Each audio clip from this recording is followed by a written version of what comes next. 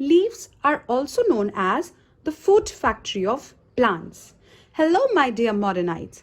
You all know that leaves are also considered as kitchen of the plant. So here are some functions of a leaf.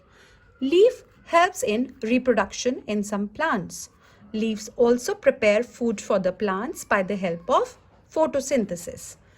Leaves, they have tiny pores known as stomata present on the underside of leaf, which help the plant to breathe. Leaves, they have white surface which is known as lamina.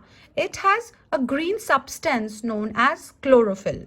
So this substance helps them to absorb large amount of sunlight for photosynthesis.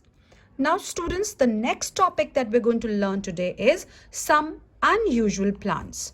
Why they are unusual? Because they are different from green plants. Let's see how. Non-green plants.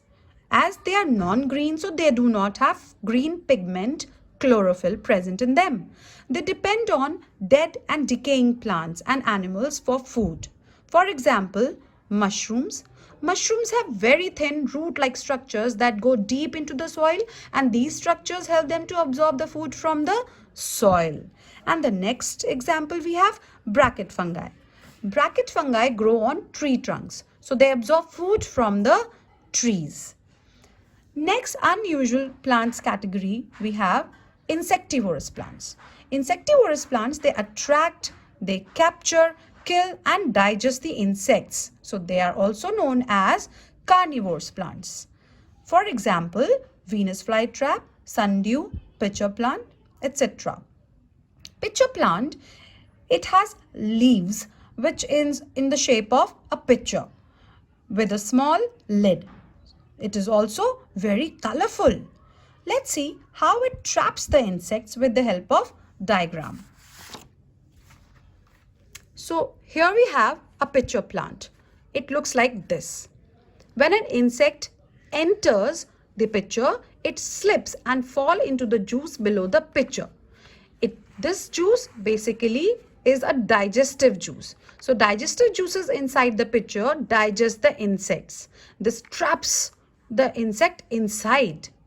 Here are some more examples in front of you. Sundew and Venus flytrap. Now the next topic that we're going to learn today is flow of energy in the living world.